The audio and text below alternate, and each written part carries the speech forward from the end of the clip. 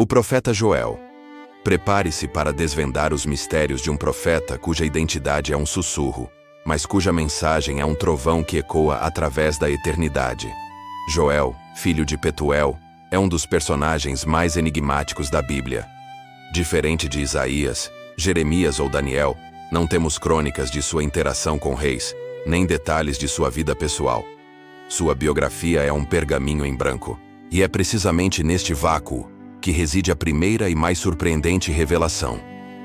A tradição judaica ensina que o poder da mensagem de Joel está em sua anonimidade. Ele não é uma figura histórica para ser analisada, mas uma voz divina pura, um canal límpido para uma das mais aterrorizantes e esperançosas visões da jornada humana. O enigma do homem. Quem foi Joel, filho de Petuel? A Bíblia nos dá apenas um detalhe. Palavra do Senhor, que veio a Joel, filho de Petuel. Joel 1:1. E nada mais. Não há menção ao rei de sua época, o que torna a datação de seu ministério um debate secular entre os sábios.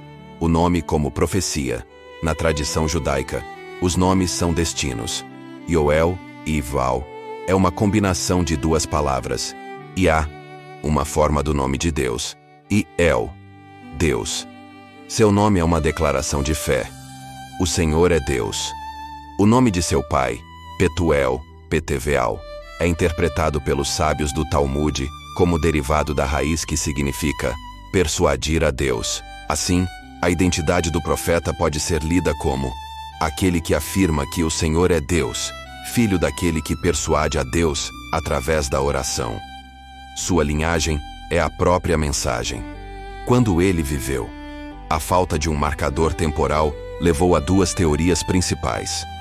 Alguns sábios, como o comentarista medieval Rashi, o colocam no início da era dos reis de Judá, talvez durante o reinado de Joás, devido a certas semelhanças linguísticas com os profetas Amós e Oséias. Outros o veem como um profeta pós-exílico, falando a uma comunidade que já havia retornado da Babilônia, pois ele se concentra puramente nos sacerdotes e no serviço do templo, sem mencionar um rei.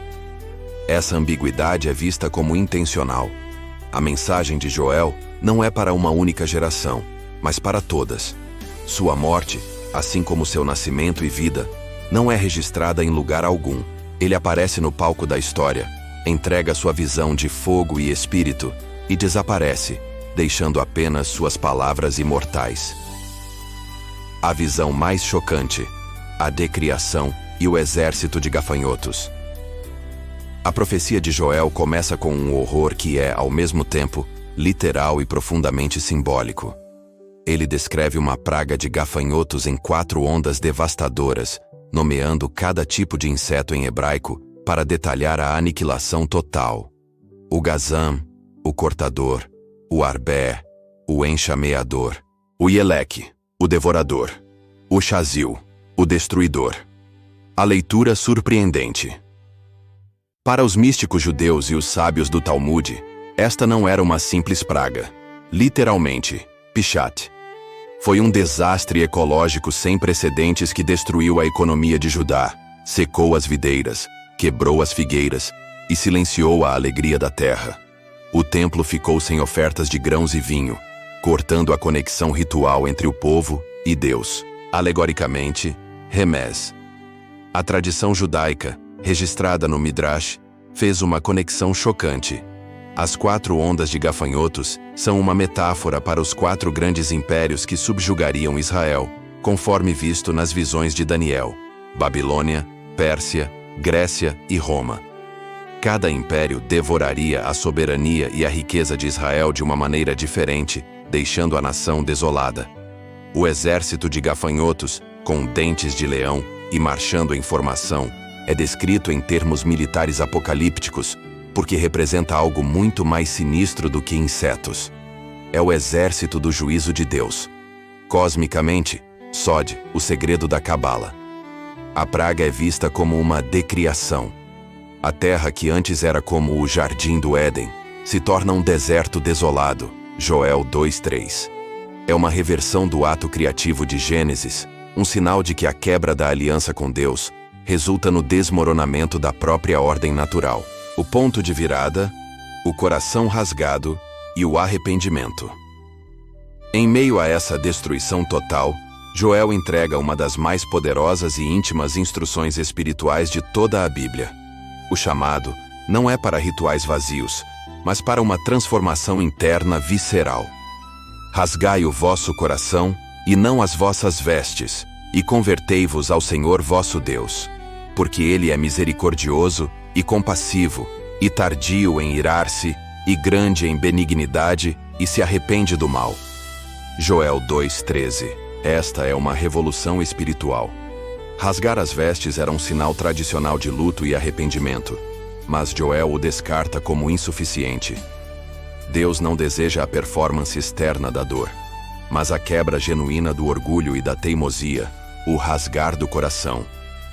Ele convoca um jejum nacional onde todos, sem exceção, anciãos, crianças, bebês de colo, até mesmo o noivo e a noiva em sua câmara nupcial, devem se reunir e clamar. A crise é total, portanto, a resposta deve ser total. A profecia deslumbrante. A democratização do Espírito Santo. Após o arrependimento, Joel revela uma visão de futuro tão radical que moldaria a escatologia judaica, e posteriormente a cristã, para sempre. Esta é a promessa que o torna um profeta da esperança suprema.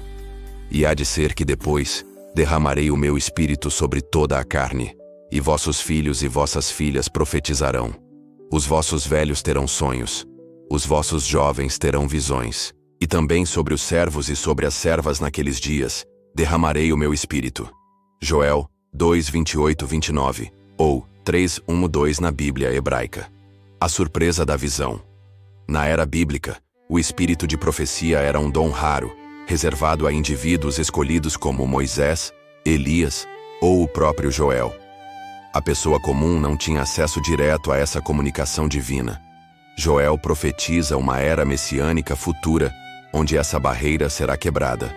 A conexão com Deus será democratizada. Não importará a idade, velhos e jovens, o gênero, filhos e filhas, ou o status social, servos e servas. Toda a carne se tornará um receptáculo para o Espírito Divino. A Cabala vê isso como o estado final da consciência humana, onde o conhecimento de Deus não será mais teórico, mas experiencial. Uma realidade sentida por toda a humanidade redimida. O confronto final. O vale da decisão. A profecia de Joel termina com uma visão do juízo final, conhecida como o Dia do Senhor. Deus reunirá todas as nações no Vale de Josafá. O nome Yehoshafate, VSAHPT, significa literalmente, o Senhor julga. Portanto, este não é um lugar geográfico, mas um estado de julgamento cósmico. As nações serão julgadas por um critério específico, como elas trataram o povo de Israel, minha herança, a quem eles espalharam entre as nações e repartiram a minha terra. Joel 3:2. É um momento de acerto de contas histórico, onde a justiça divina finalmente prevalecerá. As ferramentas de agricultura serão transformadas em armas para uma batalha final, antes que a paz eterna seja estabelecida, com Deus habitando em Sião e Jerusalém, se tornando um santuário eterno. Joel, o homem sobre quem nada sabemos, nos deixou tudo o que precisamos saber sobre o ciclo de crise, arrependimento e redenção. Sua jornada anônima nos força a focar não no profeta, mas na profecia. Um chamado atemporal para rasgar nossos corações, sabendo que mesmo após a praga mais devastadora, Deus promete uma chuva de restauração e um derramamento de seu Espírito sobre toda a humanidade.